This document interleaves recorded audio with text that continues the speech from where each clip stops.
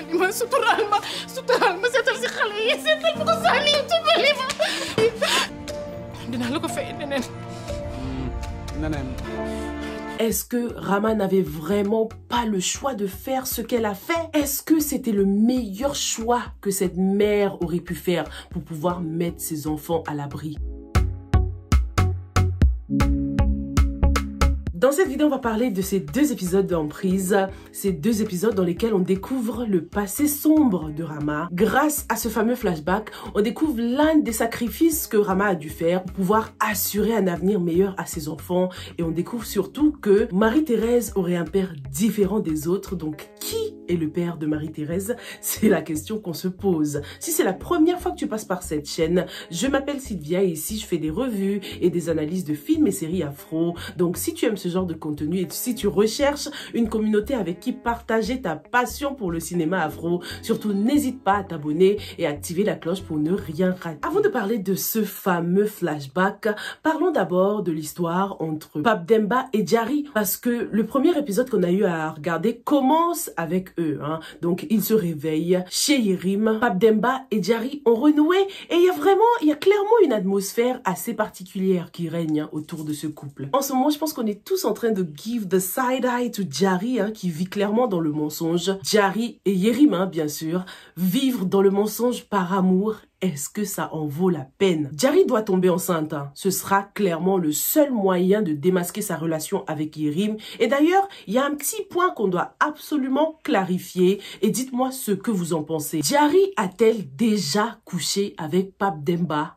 Oui ou non? Parce qu'ils ont eu une conversation assez ambiguë pendant l'épisode 25 lorsque Pape Demba est venu rompre. Diary lui a dit donc, tu comptes ruiner toute notre histoire, tout ce qu'on a déjà construit juste pour une histoire de sexe. Elle faisait référence bien sûr à Soukey, mais qu'est-ce que ça insinuait aussi? Est-ce que ça voulait dire que toutes ces années, elle s'est préservée pour lui jusqu'au mariage? Ou est-ce qu'elle faisait juste référence aux compétences de Soukey, quoi? Dans un live que j'ai fait sur Instagram, certains d'entre vous me disaient qu'en effet, Diary n'avait jamais eu des rapports charnels avec Pape Demba, parce qu'à chaque fois qu'on les montre ensemble, ces deux-là, il n'y a pas cette alchimie, cette attirance physique. C'est jamais vraiment hypnotique comme avec Soukey en fait. Avec Diary, il y a toujours un peu de retenue, comme si elle était coincée. Déjà par rapport à l'histoire des bin-bin, elle n'osait pas faire des trucs comme ça. Donc on se demande vraiment si Diary et Pape Demba ont déjà eu des rapports, quoi.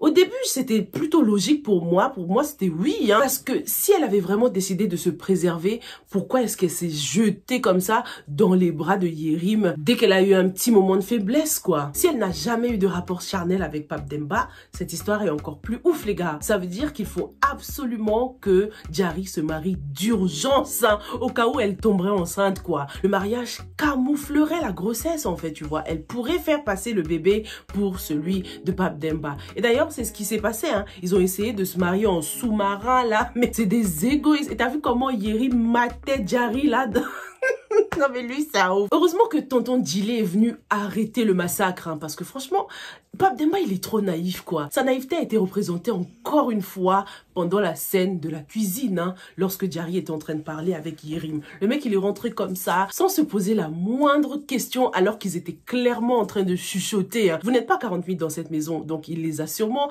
Il a entendu des messes basses, quoi. Mais comme dans sa tête, tout est acquis, pour lui, Diary ne pourra jamais lui faire une chose pareille, et Yerim, n'en parlons pas. Eh bien, Pape Demba n'est pas du tout sur ses gardes, en ce qui concerne sa fiancée et son meilleur ami. Ce meilleur ami, là, ce Yerim, qu'on ne voit d'ailleurs plus dans le bureau. Maintenant, il est omniprésent, en fait.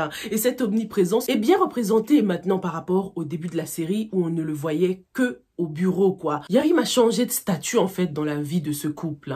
Avant, c'était le bon ami, le bon collègue. Mais maintenant, c'est un mec qui est un peu trop présent dans la vie du couple. Il est chez Diary, il est chez Pape Demba, il est dans tous les aspects de la vie de ce couple. Il est envahissant, en fait, Yerim. Il est devenu envahissant. D'ailleurs, Myriam, ça fait un moment qu'on l'a pas vu. J'espère qu'on la verra bientôt parce que j'aimerais beaucoup qu'on développe ce personnage. J'espère qu'on va comprendre pourquoi est-ce qu'elle a choisi cette vie-là de débauche, c'est quoi son problème avec les hommes ou avec les femmes. J'aimerais beaucoup en savoir plus sur elle. J'espère qu'elle ne sera pas que la meilleure amie de Ndeye-Marie, la meilleure amie de Marie-Thérèse, quoi. Mais ça, je pense que ce sera peut-être dans une saison 2, parce que pour l'instant, là, le secret de ouf, ce sera vraiment de découvrir qui est le père de Marie-Thérèse et surtout qui Rama tuera à la fin de la saison. En parlant de Rama, enchaînons tout de suite avec elle. Dans ces 2 épisodes, encore une fois, Rama nous ramène dans le passé qui nous a dévoilé des choses très très sombres à son sujet. Est-ce que Rama n'avait vraiment pas le choix de faire ce qu'elle a fait? Est-ce que c'était le meilleur choix que cette mère aurait pu faire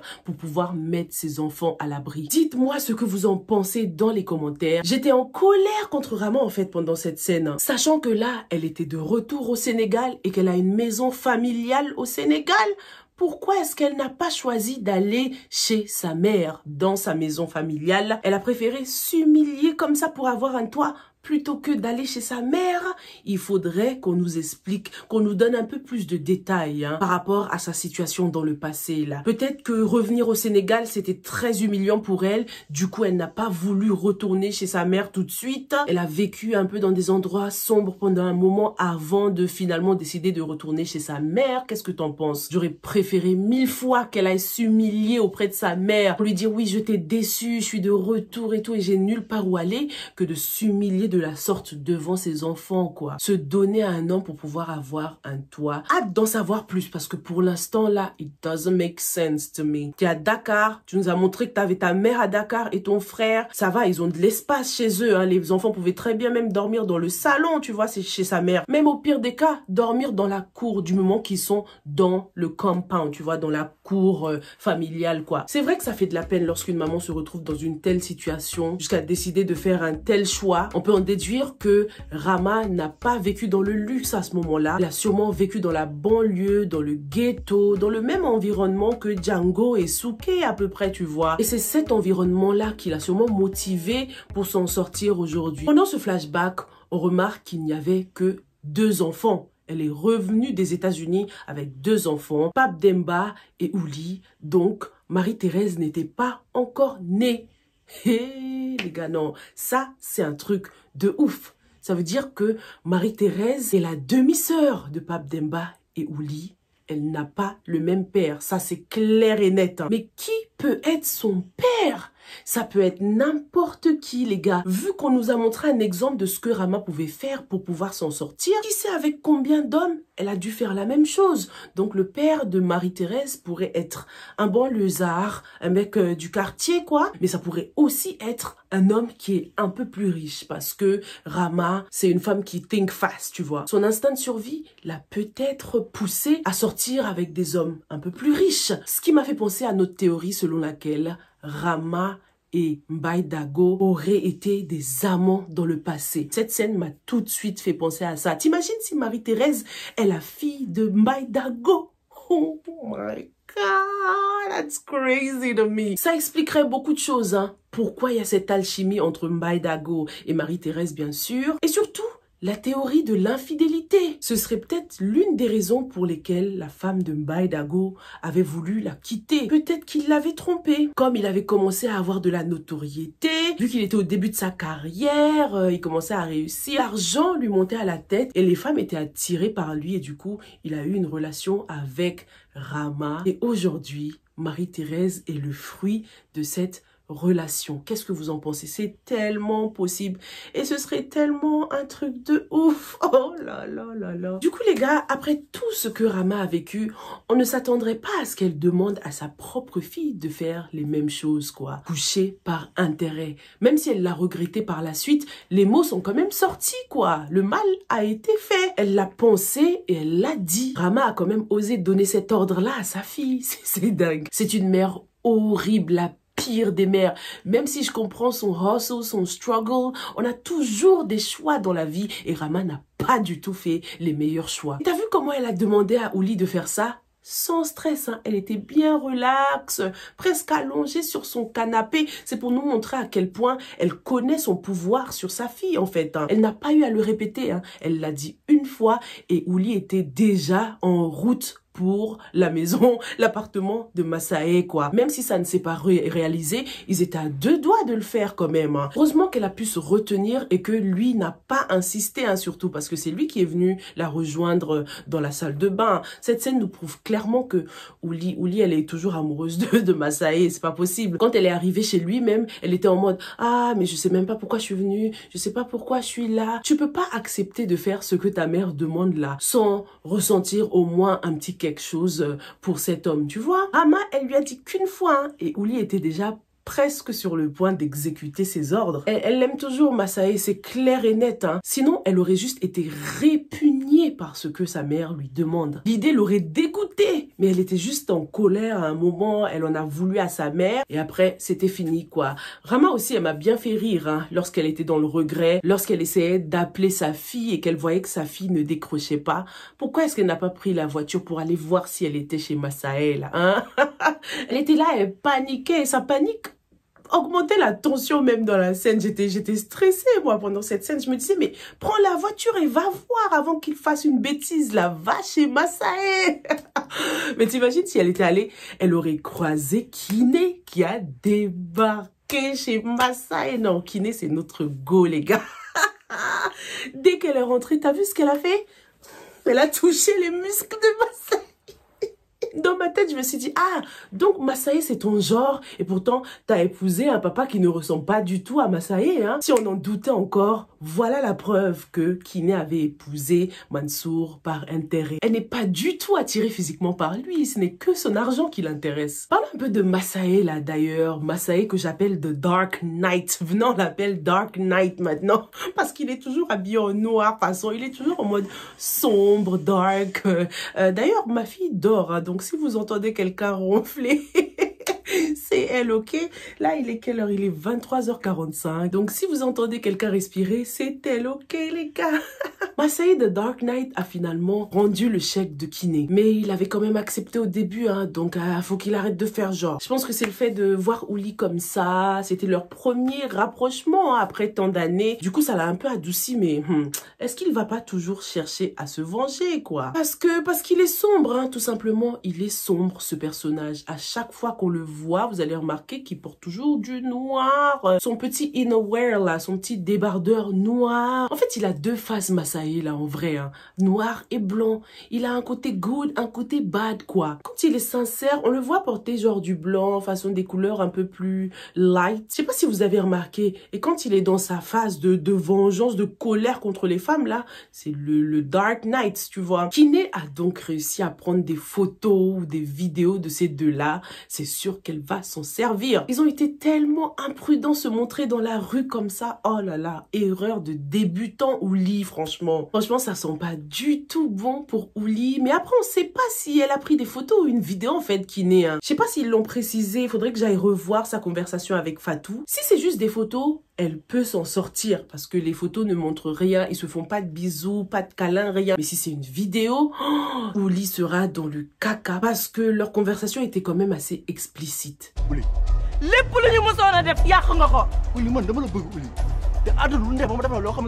Parlons un peu de Fatou, ma maman. Oh my God, Mansour a encore osé faire pleurer Fatou, quoi. Non, non, Mansour, il est pas bien. En plus, vous avez remarqué encore une fois, dans le costume choisi pour ces personnages-là, Fatou était là, voilée, dans ce blanc qui la rendait pieuse, douce, innocente. Fatou faisait de la peine, hein. Mansour, c'était vraiment the bad guy, quoi. J'espère vraiment que Madigan ne va pas tarder. Il faut absolument qu'elle arrive ASAP, les gars, as soon as possible. C'est un cas d'urgence, là. Et je pense qu'elle va pas tarder quand même parce que ça fait toujours mal au cœur pour une fille d'entendre sa mère pleurer au téléphone comme ça à cause de son père. Il faut que Madigan vienne régler ce problème. Non, j'ai eu trop mal au cœur pour Fatou, hein. Dites-moi ce que vous avez pensé de la réaction de Fatou face à son mari. Parlons un peu de Django qui est juste gaga en ce moment. Il a ramener des vêtements pour son futur enfant qui n'est même pas le sien. Oh God.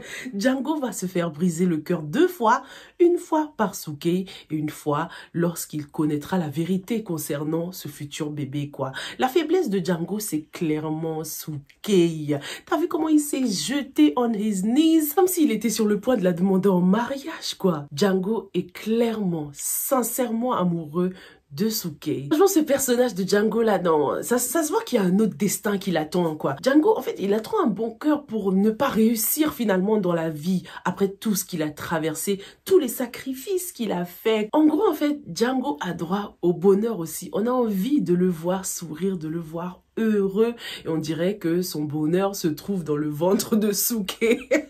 D'ailleurs, je rêve où Ndiaga est venu lui demander de cambrioler la maison de Ramallah. Django, il est trop fort. Django, on dirait que ça l'intéresse pas, mais on verra bien par la suite. Dites-moi ce que vous avez pensé de ces 2 épisodes. Awa, la maman de Diary, a donc appelé le général Faye au téléphone. Est-ce que c'est pour aller arrêter Pape Demba et le foutre en prison pour lui mettre un peu la pression, tu vois, puisque c'est lui qui s'est emparé de sa fille? Ou bien est-ce que c'est pour autre chose? Hâte de voir ça, les gars. Rendez-vous dans la prochaine revue. Et n'oubliez pas, il y a Impact, la saison 2 qui a commencé. Stay safe and stay blessed, ok? À la prochaine. Bye!